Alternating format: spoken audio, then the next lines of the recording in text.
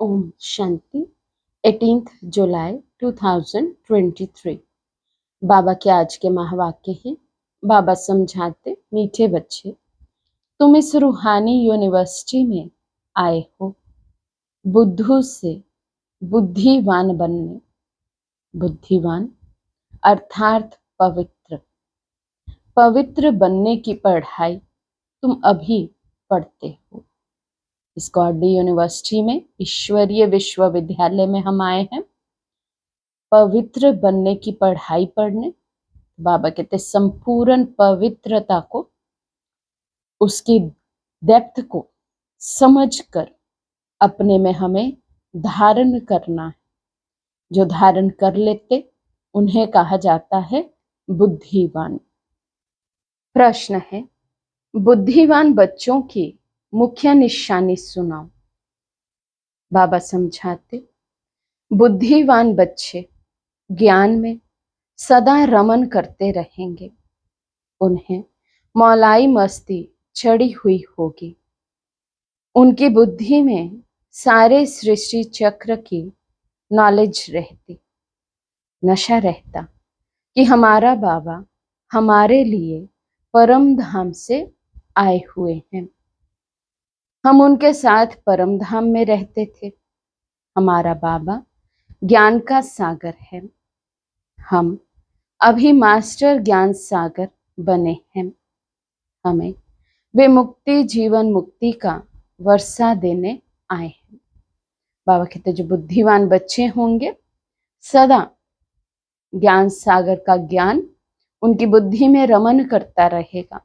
वे व्यर्थ से मुक्त होंगे। मन और बुद्धि ज्ञान के मनन चिंतन में बिजी होंगे। नशा होगा, जैसे दुनिया में किसी के पेरेंट्स, स्पेशली फादर, अच्छी पोस्ट पर हो, उनका सोसाइटी में अच्छा रुतबा हो, तो बच्चों को ऑटोमेटिकली वो नशा चढ़ा रहता है। वो किसी भी बात से घबराते नहीं है। उनको पता है कि हमारे पीछे जो हमारे फादर हैं, जो हमारे पेरेंट्स हैं, उनकी पोस्ट बहुत अच्छी है। उनके पोस्ट का ही नाम बस लेंगे और हमारा काम हो जाएगा। उसी रीति बाबा कहते हैं यहाँ पर जो बुद्धिवान बच्चे हैं उनको सदा ये नशा रहता है, मेरा पिता कौन है। स्वयं भगवान मेरा पिता है। स्वयं भगवान मेरा टीचर बनकर मुझे इतनी दूर से आकर पढ़ाते हैं और मैं भी वहाँ का रहवासी हूँ, परम धाम का रहवासी हूँ।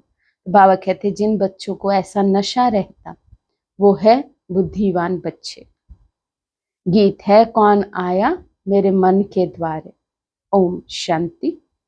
जीव की आत्मा जानती है कि हमारा परम पिता परमात्मा हमको सन्मुख पढ़ा रहे हैं, वह राजयोग सिखला रहे हैं। तो जैसे कि ये ईश्वरीय यूनिवर्सिटी ठहरी। यूनिवर्सिटी इसको क्यों कहते हैं? ऐसे नहीं, और जो भी सब यूनिवर्सिटीज हैं वे यूनिवर्स के लिए है नहीं, केवल नाम रखते हैं यूनिवर्सिटी। लेकिन यूनिवर्सिटी माना वो पढ़ाई जो पूरे विश्व के लिए पढ़ाई जाए और पूरे विश्व में एक सी पढ़ाई पढ़ाई जाए, उसको कहेंगे यूनिवर्सिटी। तो बाबा कहते दुनिया में तो ऐसे नहीं है। और जो भी सब यूनिवर्सिटीज हैं वे यूनिवर्स के लिए नहीं है। जैसे विलायत में यूनिवर्सिटी है, परंतु वहां है गोरे, तो काले लोगों को आने की अलाउ नहीं है, तो वे यूनिवर्स के लिए तो ठहरी नहीं, तो उनको यूनिवर्सिटी नहीं कहेंगे। यहाँ तुम बच्चे जानते हो ये सच्ची सच्ची ईश्वरीय यूनिवर्सिटी है, परंतु कोई भी समझ नहीं सकते हैं क्योंकि बुद्धू है। यूनिवर्सिटी मीन्स जहाँ हर जाति के, हर धर्म के, हर सोसाइटी के लेवल के आत्माएं आ सके और पढ़ाई पढ़ सके। तो बाबा कहते ऐसी यूनिवर्सिटी केवल एक ही है, गॉडली यूनिवर्सिटी, जिसमें हम पढ़ते हैं। बूढ़े जवान, ना यहाँ कोई एज मैटर करती है, ना कोई जाति मैटर करती है, ना आपका सोसाइटी में रुतबा क्या है वो यहाँ मैटर करता। सब एक समान है। बुद्धू को बुद्धिमान बाप ही बनाते हैं। मनुष्य बुद्धिमान के आगे माथा झुकाते हैं। देवी देवताओं को, सन्यासियों आदि को माथा झुकाते हैं। सन्यासी पवित्र है तो जरूर बुद्धिमान ठहरे। पवित्रता को अच्छा मानते हैं। ये विकार ही मनुष्य को हैरान करते हैं। इसलिए पवित्र रहने वाले सन्यासियों को गृहस्थी लोग बुद्धिमान समझते हैं और उनके चरणों में झुकते हैं। बस सन्यासी लिबास देखा और झट माथा झुकाएंगे। अभी तो उन्हों का मान कम हो गया है, इसलिए संभाल कर कदम उठाते हैं। आगे तो सन्यासियों को देख झट ऑफर करते थे, स्वामी जी हमारे घर पर चलो। अभी तो टू मच हो गए हैं और तमो प्रधान बन पड़े हैं, इसलिए जो बहुत नामी ग्रामी हैं उनका ही मान होता है। बड़े आदमी भी उनको माथा झुकाते हैं। क्यों? पढ़े लिखे तो सन्यासियों से भी जास्ती हैं, परंतु वे पवित्र हैं, सन्यास किया है, इसलिए बुद्धिवान माने जाते हैं। अभी तुम बुद्धिवान बनते हो। तुम अभी रचयिता और रचना के आदि मध्य अंत को जानते हो, परंतु तुम्हारे में भी सभी को इतना नशा नहीं है। नशा चढ़ने में भी टाइम बहुत लगता है। अब जितना परसेंट निश्चय हो उतना नशा हो। तो बाबा कहते हैं इसलिए निश्चय में परसेंटेज है तो नशा भी परसेंटेज है। जैसे जैसे निश्चय बढ़ता जाता वैसे वैसे बाबा कहते हैं नशा भी बढ़ता जाता, तो टाइम लगता है। पूरा नशा तो अंत में ही रहता है। अभी जितना जितना तुम पुरुषार्थ करते हो उतना नशा चढ़ता जाता है। निरंतर ये याद रहना चाहिए, हम आत्माओं का बाप परमात्मा आया हुआ है, हमको पढ़ा रहे हैं, विश्व का मालिक बनाने। छोटी पोस्ट देने के लिए नहीं बाबा आए हैं, हमें विश्व का मालिक बनाने के लिए बाबा आए हैं, उसके लिए हमें पढ़ाई पढ़ा रहे हैं। तो बाबा कहते कितना अटेंशन से ये पढ़ाई पढ़नी चाहिए। बाबा समझाते तो पुरुषार्थ करने की शुभ चिंता होनी चाहिए, और कोई चिंता बाबा कहते नहीं करनी। चिंता को बाबा कहते चिता समान है, लेकिन ये शुभ चिंता कैसे मैं ऐसा पुरुषार्थ करूं जो भविष्य में ऊंच पद पाऊं, मैं विश्व का मालिक बनूं। बाबा कहते ये शुभ चिंता अपने प्रति जरूर होनी चाहिए। सभी को वे चिंता नहीं रहती। यहाँ सुनते समय नशा चढ़ा, यहाँ से बाहर निकला और खेल खल्लास। नंबरवार है ना। हम आत्माओं का बाप आया है, हम उनके पास परम धाम में रहते थे, ऐसे और कोई नहीं समझते हैं। साधु सन्यासी आदि पवित्र हैं, तुम्हारे में भी नंबरवार है। सभी को ये निश्चय नहीं बैठा है कि हमारा परम पिता परमात्मा ज्ञान का सागर है, जीवन मुक्ति दाता है, जो हमको स्वर्ग का मालिक बनाते हैं। यहाँ से पांव बाहर निकाला और वे खुशी गुम हो जाती है। तो बाबा कहते ऐसे बच्चे जो यहाँ से पांव बाहर निकालते और ये रूहानी खुशी गुम हो जाती, ऐसे बच्चों को बाबा कहते हैं इनको जैसे निश्चय ही नहीं है कि हम इतनी ऊंची पढ़ाई पढ़ते हैं।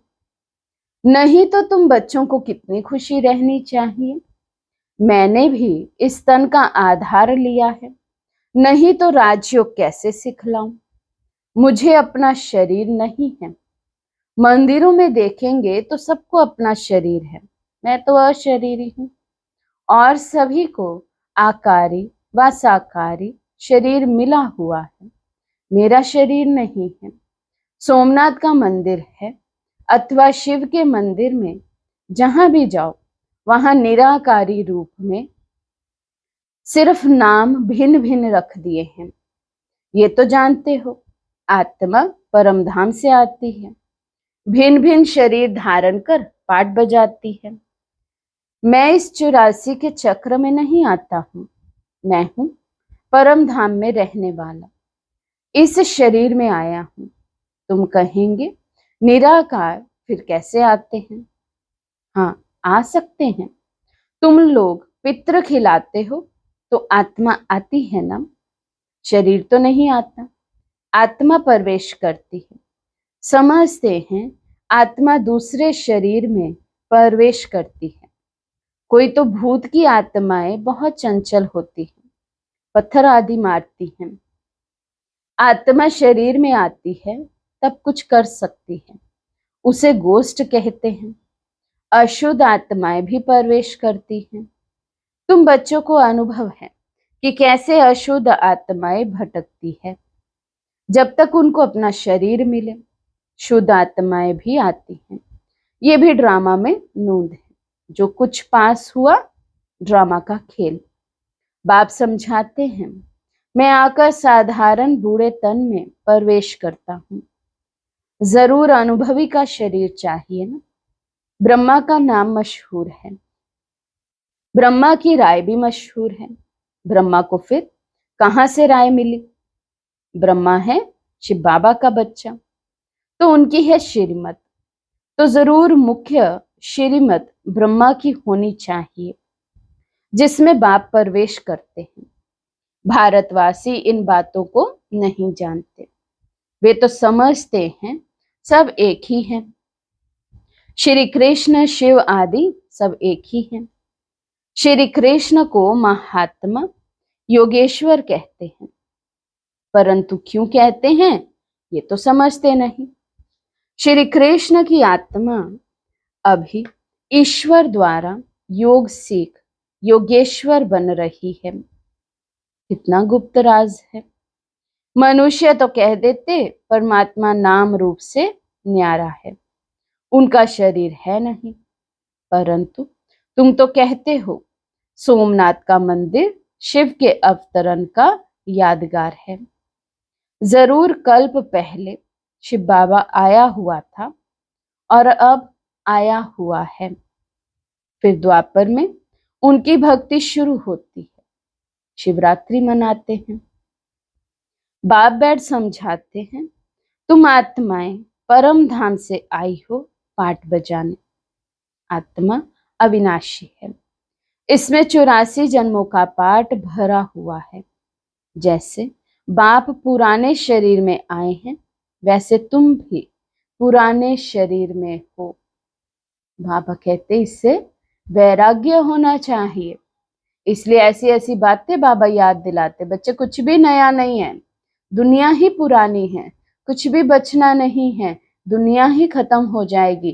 तो ये शरीर भी पुराना, तो ये भी खत्म होना ही है। बाबा इस पुराने शरीर से लिबरेट कर नया देते हैं। युक्ति बतलाते हैं कि कौड़ी तुल्य से हीरे तुल्य कैसे बनो। गाते भी हैं, माशूक एक है। बाप कहते हैं, मैं परम धाम का रहवासी हूँ, तुम भी परम धाम में रहने वाले हो। मैं पुराने ते पुराने शरीर में आया हूँ। तुम्हारा भी 84 जन्मों के अंत का ये पतित तन है। तुम भी अपने को आत्मा समझो। हमने 84 जन्म भोग पूरे किए हैं। अभी फिर नई दुनिया में हमको नया शरीर मिलेगा, तो कितनी खुशी में रहना चाहिए। नंबरवार है। कोई तो बिल्कुल ही डल हेड है। माया ने बिल्कुल ही पत्थर बुद्धि बना दिया है। जैसे गरम तवे पर पानी डालो तो बिल्कुल ही सूख जाएगा, ऐसे तत्ते तवे हैं। अरे तुम अपने को सिर्फ आत्मा बाप की संतान समझो। वे भी नहीं समझते। बाबा कहते कितना वंडर लगता है। इतना तो समझो, मैं आत्मा हूं और मैं शिव बाबा की संतान हूं। बाबा कहते लेकिन वे भी नहीं समझते। अगर समझते तो आश्चर्यवत भागंती क्यों हो जाते। माया बड़ी जबरदस्त है। कोई गफलत की और माया थप्पड़ मार देगी। अरे बाबा आया है वर्षा देने, फिर भी तुम भिखारी बनते हो। बड़ा जबरदस्त थप्पड़ लगाती है।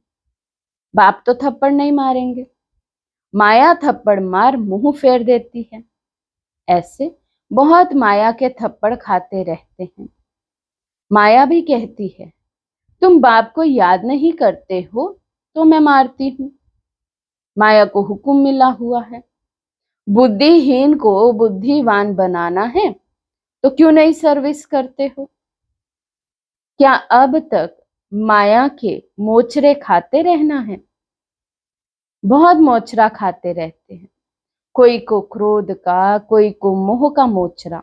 बाप कहते हैं, तुम सब कुछ सरेंडर कर ट्रस्टी हो रहो। विकार भी दान में दिया, फिर काम में क्यों लाते हो? विकारों का तो कोई रूप नहीं है। धन के लिए कहेंगे ट्रस्टी हो रहो, भल काम में लगाना, परंतु बहुत संभाल से, बाप की श्रीमत से। भले हम अपनी लौकिक कमाई करते, विनाशी कमाई करते, लेकिन बाबा कहते अपने घर गृहस्थ में भी यदि उस धन को यूज करना है, उसे भी श्रीमत प्रमाण करना है, बाबा की राय से करना है। पैसे से कोई ऐसा विक्रम नहीं करना, नहीं तो उनका बोझा सारे तुम्हारे सिर पर चढ़ेगा। माया बड़ी तमो प्रधान है, वह भी जानती है ये बाप को ठीक रीति याद नहीं करते हैं, इसलिए मारो इनको घूसा। माया को भी वागत चांस मिलता है, बाबा की लाडली है ना, उसको भी बुरा लगता है, इतना बड़ा बाबा इनको मिला, भगवान इनको मिला, राय दे रहे हैं, डायरेक्शन दे रहे हैं, उस डायरेक्शन पर चलते नहीं तो माया फुल चांस लेती है। माया कहती है, अगर बाप और वर्षे को याद नहीं करेंगे तो मैं थप्पड़ मार दूंगी। बहुत बच्चे लिखते भी हैं, बाबा माया ने थप्पड़ मार दिया। बाबा भी लिखते हैं, हाँ बच्चे, माया को हुक्म मिला हुआ है, खूब थप्पड़ मारो, क्योंकि तुम मेरा बनते नहीं हो ना। तुमको सदा सुखी बनाने आया हूं, तो भी तुम बच्चे याद नहीं करते हो। बाबा को कोई हैरानी नहीं होती है जब हम बच्चे माया से तंग होते। बाबा कहते मैंने ही उसे डायरेक्शन दिया है। जो मुख से तो बाबा बाबा कहते, लेकिन बाबा की डायरेक्शन पर चलते नहीं हैं, ट्रस्टी हो रहते नहीं हैं, धन बाबा की श्रीमत प्रमाण खर्च करते नहीं हैं, यज्ञ में कुछ सफल करते नहीं हैं, तन मन धन जन समय श्वास संकल्प कुछ भी यज्ञ में सफल किया नहीं, तो माया आती है। इसलिए बाबा कहते तो भी तुम बच्चे याद नहीं करते हो। है भी बड़ा सहज, परंतु टाइम लगता है। नहीं तो बाप और वर्षे को याद कर खुशी का पारा चढ़ जाना चाहिए। आखिर में याद करते करते हिचकी आए, बस हम बाबा के पास चला जाता हूं, फिर आ जाऊंगा स्वर्ग में। एकदम जैसे मौलाई बन चले जाएंगे। अच्छा, ये तो कोई नहीं जानते हैं, आत्मा आशिक है परमपिता परमात्मा की। सच्चे सच्चे आशिक तुम हो। आधा कल तुम आशिक बन माशूक को खूब याद करते हो, परंतु ये जानते नहीं कि आत्मा परमात्मा पर आशिक होती है। वे तो कह देते आत्मा सो परमात्मा, परमात्मा सो आत्मा। यहाँ तो बहुत फर्क है। तुम जानते हो परमात्मा है माशूक, वे पवित्र सोल हमको कितना खूबसूरत बनाती है। हम आत्मा गंदी बनने से जेवर भी गंदे बन पड़े हैं। आत्मा अपवित्र हुई तो शरीर भी देखो अभी कैसे है। बाबा ने कहा ना, दवाइयों के सहारे से तो चल रहे हैं। बाबा आए हैं फिर गोरा बनाने, फिर शरीर भी गोल्डन एज्ड मिलेगा। खाद सोने में डालते हैं ना। अब देखो, ये मंदिर है आदि देव का, उनका नाम कोई ने महावीर रख दिया, अर्थ कुछ नहीं जानते। हनुमान को भी महावीर कह देते हैं। अब कहाँ हनुमान, कहाँ फिर आदि देव को भी महावीर कह देते। जैनी महाराज मुनि ने जो कुछ कहा वे चल पड़ा। आजकल तो रिद्धि सिद्धि भी बहुत हो पड़ी है। ये बाबा सबको जानते हैं, बहुत मेहनत करते हैं, हाथ से केसर निकालते हैं। मनुष्य समझते बस कमाल है, झट फॉलोअर्स बन जाते हैं। रिद्धि सिद्धि वालों के तो ढेर फॉलोअर्स हैं, यहाँ तो वे बात नहीं है। बाबा कहते हैं मैं 5000 वर्ष पहले मुवाफिक आया हूं, ऐसे कोई कह ना सके। बच्चे कहते हैं बाबा 5000 वर्ष पहले हम आए थे, आपसे स्वर्ग का वर्षा पाया था। अब फिर परम पिता परमात्मा शिव के बच्चे आकर बने हैं इस ब्रह्मा द्वारा। दुनिया है कलयुग में। कलयुग में ब्राह्मण कहाँ से आए? ब्राह्मण तो संगम पर चाहिए, पैर और चोटी, संगम हुआ ना, शूद्र और ब्राह्मण का संगम। शूद्र से फिर ब्राह्मण बनते हैं। विराट रूप के चित्र में पैरों में शूद्र दिखाए हैं, तो बाबा कहते तुम्हें पैर से उठाकर मैं चोटी अर्थात सबसे ऊंच बनाता हूं। ये 84 का चक्र तो कोई नहीं जानते। तुम जानते हो हम ब्राह्मण हैं, ब्रह्मा की औलाद, प्रैक्टिकल में बने हैं। उन ब्राह्मणों को तुम कह सकते हो। तुम ब्राह्मण अपने को ब्रह्मा की औलाद कहलाते हो। अच्छा, ब्रह्मा का बाप कौन है? बता नहीं सकेंगे। डिब्बी में ठीकरी, बस हम ब्राह्मण ही भगवान हैं। तुम सब भगत थे, अब कहते हो हम लक्ष्मी को वरने लायक बन रहे हैं। इसमें पुरुषार्थ चलता है। समझो हम परम धाम से आए हैं, अभी बाबा फिर वापस ले जाने लिए आए हैं। हम भी ब्रह्मांड के मालिक हैं। बाबा भी पुराने तन में आए हैं, हम भी पुराने तन में हैं। बाप कहते हैं हमको भी पुराना तन लेना पड़ता है। अब मुझ बाप को याद करो तो विक्रम विनाश होंगे। टाइम भी देते हैं। पांडव गवर्नमेंट की सर्विस कम से कम 8 घंटा होनी चाहिए। राजयोग सिखलाना है, शंख ध्वनि करनी है। तुम श्रीमत से भारत को खास और दुनिया को आम स्वर्ग बनाते हो। स्वर्ग में सिर्फ तुम आते हो और धर्म वाले नहीं आते। ब्राह्मण, देवता, क्षत्रिय, वैश्य, शूद्र, इसको विराट स्वरूप कहा जाता है। एक विराट रूप का भी चित्र बनाना चाहिए जो मनुष्यों को सहज समझ में आए। विष्णु को विराट स्वरूप में ले आए हैं। चित्र तो जरूर चाहिए ना। स्कूल में भी चित्र रखते ना, नहीं तो बच्चा क्या जाने हाथी क्या होता है। चित्रों पर दिखाते हैं। तो ये भी 4 युग है, अब कलयुग है, जरूर चक्र फिरेगा। ब्राह्मण तो संगम पर होते हैं, बाकी है जिस्मानी ब्राह्मण पंडित। वे ब्रह्मा मुख वंशावली नहीं है। ब्रह्मा मुख वंशावली को तो दादे से वर्षा मिलता है, उन ब्राह्मणों को वर्षा कहाँ मिलता? इन बातों को तो तुम्हारे में भी नंबरवार समझ सकते हैं। अच्छा, मीठे मीठे सिके लदे बच्चों प्रति माता पिता बाप दादा का याद प्यार और गुड मॉर्निंग। रूहानी बाप की रूहानी बच्चों को नमस्ते। हम रूहानी बच्चों की रूहानी बाप दादा को दिल व जान सिक व प्रेम से नमस्ते नमस्ते नमस्ते जी। धारणा के लिए मुख्य सार। फर्स्ट पॉइंट, बुद्धि से सब कुछ सरेंडर कर ट्रस्टी हो रहना है। बहुत संभाल से श्रीमत प्रमाण हर कार्य करना है। सेकंड पॉइंट, बाबा और वर्षे को याद कर अपार खुशी का अनुभव करना है। बाबा की याद में मौलाई बन जाना है, सच्चा आशिक बनना है। आज का वरदान है समाने और समेटने की शक्ति द्वारा एकाग्रता का अनुभव करने वाले सार स्वरूप भव।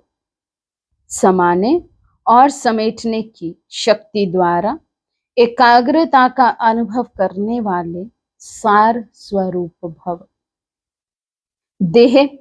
देह के संबंधों व पदार्थों का बहुत बड़ा विस्तार है। सभी प्रकार के विस्तार को सार रूप में लाने के लिए समाने व समेटने की शक्ति चाहिए। सर्व प्रकार के विस्तार को एक बिंदु में समा दो। मैं भी बिंदु, बाप भी बिंदु, एक बाप बिंदु में सारा संसार समाया हुआ हो तो बिंदु रूप अर्थात सार स्वरूप बनना माना एकाग्र होना। एकाग्रता के अभ्यास द्वारा सेकंड में जहां चाहो जब चाहो बुद्धि उसी स्थिति में स्थित हो सकती है। स्लोगन है, जो सदा रूहानियत की स्थिति में रहते हैं वही रूहे गुलाब हैं। जो सदा रूहानियत की स्थिति में रहते हैं वही रूहानी गुलाब है। अच्छा, ओम शांति।